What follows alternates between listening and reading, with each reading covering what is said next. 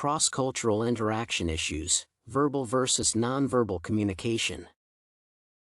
Studies are increasingly done on communications between people, people with agents, and agents with agents.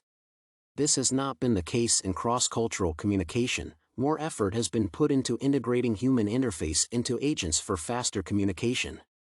Some software can adopt many languages, but what remains evident is the fact that these agents cannot predict the form of social interactions, causing barriers to effective cross-cultural communication. Cultural forms are of the essence in communication, and this calls for its study to bridge the gap. Even people speaking the same language tend to have problems communicating effectively when they come from different cultures. This paper will discuss the significance of verbal communication versus nonverbal one in relation to issues of cross-cultural communication.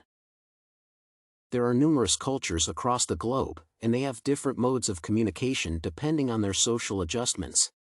Effective communication is attained when the two participants are on the same platform or understand both cultures. It is therefore imperative that people study other cultures to effectively contribute to cross-cultural communication. Besides, many factors affect it, and issues that may arise from this form of communication. These also depend on the components of communication, which can be verbal or nonverbal. The need for cross-cultural study is therefore essential. Advancement in information technology has set the stage for interaction between varying cultures, and this justifies the need. Another reason that validates this study is the continued globalization, which brings cultures more closely. Social and economic developments slowly bring everyone on board irrespective of their cultural affiliation.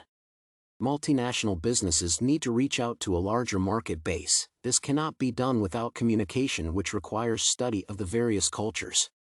Moreover, software used as agents or user interfaces that help in advertising and information transfer must be designed based on the culture of the targeted society to effectively execute its tasks. No wonder, most universities have incorporated cross-cultural learning in their programs to harness effective communication. Verbal communication involves the exchange of words either in written or spoken form. The advantages of verbal communication tackle various factors such as speed and feedback, among others. Verbal communication is fast, and the feedback is instant.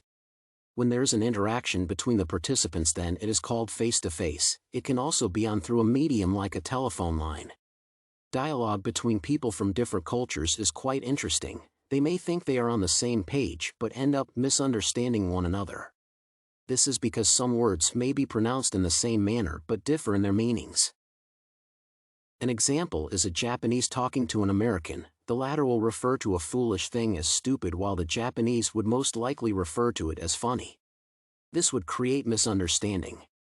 The use of expressions in body language during an interaction is very important in conveying your message in verbal communication. This can help someone from a different culture to understand you better. Any misunderstanding between the participants can be resolved as they are both present. It also saves time as there is a response to every question. Nonverbal communication is that kind that does not involve the use of speech. These can be in writing or signals that do not give spoken understandable words. They are usually time-consuming, like in letters, and rarely direct to the point, for instance in the use of signals. Its advantage lies in writings that can be kept as evidence in the future, which is not the case in verbal communication.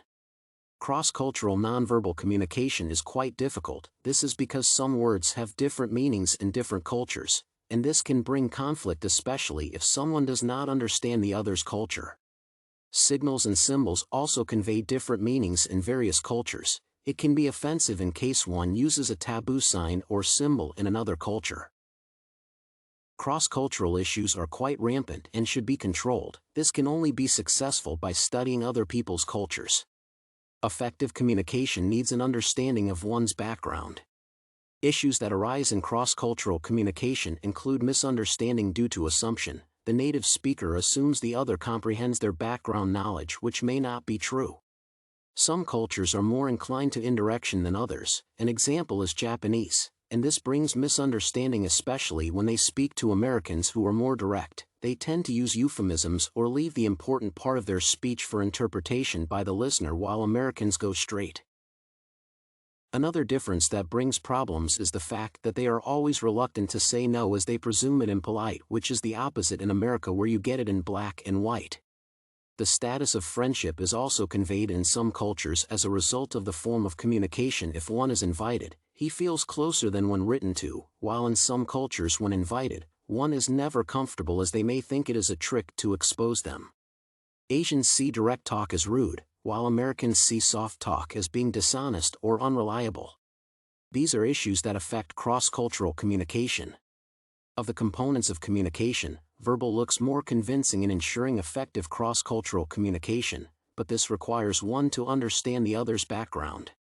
However, software with social intelligence that incorporates the cultural effects can be developed to bridge this gap, although this is less likely to impact the overall cross-cultural communication as most people will not depend on the devices to communicate. It is therefore essential for people to learn about other cultures to effectively improve their communication with foreigners. Verbal communication still seems the better of the two as any misunderstanding can be resolved, and it helps expose the other's social alignment, leading to a better understanding. More interactions of cross-cultures should therefore be encouraged to improve communication. Effective communication can be achieved through interaction and learning of the other's cultural background. Verbal communication is essential in this interaction and proves sufficient in cementing better cross-cultural understanding. Nonverbal communication, on the other hand, is more ambiguous as it does not give direct points and does little to enhance cross-cultural learning. Socially intelligent software should incorporate more cultural platforms to enhance effective cross-cultural communication. In addition, more effort should be placed on promoting cross-cultural studies in the various institutions to keep up with the pace of globalization.